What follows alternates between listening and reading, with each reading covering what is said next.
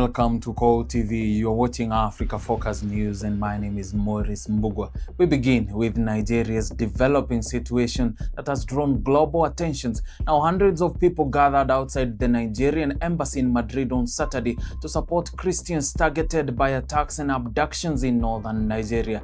The demonstration follows recent abduction incidents, among them the kidnapping of over 250 children from a Catholic school and the abduction of 13 women and an infant during a separate overnight raid.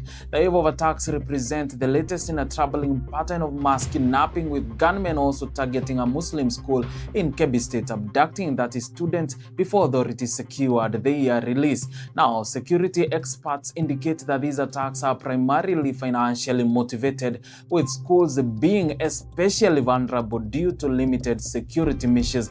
As this security nightmare sweeps across Nigeria, US President Donald Trump had already threatened military action in response to what he claims is persecutions of Christians by radical Islamist groups.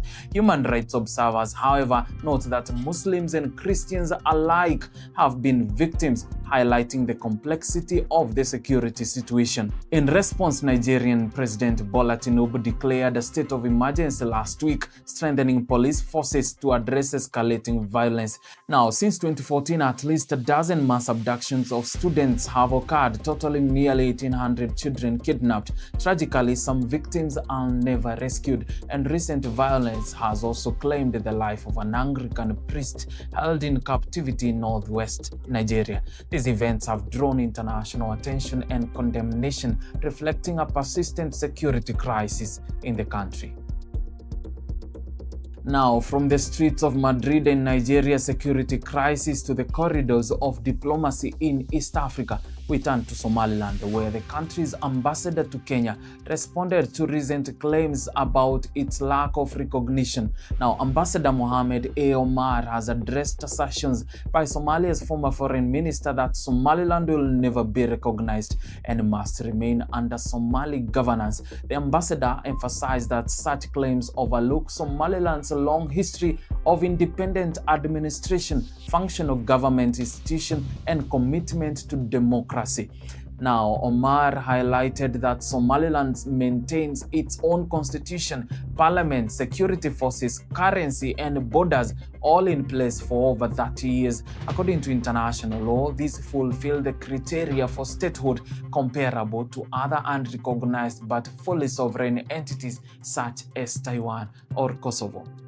Now, he also responded to claims that internal conflicts within the country's borders undermine Somaliland's legitimacy, noting that all nations face contested regions or political strain. Somaliland, he stressed, continues to pursue reconciliation, dialogue, and decentralization, demonstrating stability and accountable governance. Now, the ambassador concluded that the people of Somaliland have strongly supported independence and continue to operate fully functioning institutions, reinforcing regional stability in the Horn of Africa. And in global diplomacy, tensions between the United States and South Africa have drawn Europe into the conversation over the G20 summit. Now, European leaders have intervened after US President Donald Trump announced that South Africa would be barred from next year's G20 summit in Miami. Germany's Chancellor Friedrich Merz led calls urging Washington to reverse the decision and ensure full participation by all G20 members. Now, South Africa condemned the so-called punitive measures, reaffirming its status as a founding member of the bloc. President Cyril Ramaphosa dismissed claims of white genocide in the country, describing them as false, and noted that South Africa successfully hosted the continent's first G20 summit in Johannesburg despite US boycott. Now, Ramaphosa emphasized that South Africa businesses and civil society remained actively engaged with G20 events, maintaining constructive ties while continuing dialogue within the framework of the Global Economic Forum. Observers note that the dispute highlights tensions over US foreign policy under President Trump and the importance of multilateral cooperation in addressing global economic and political challenges.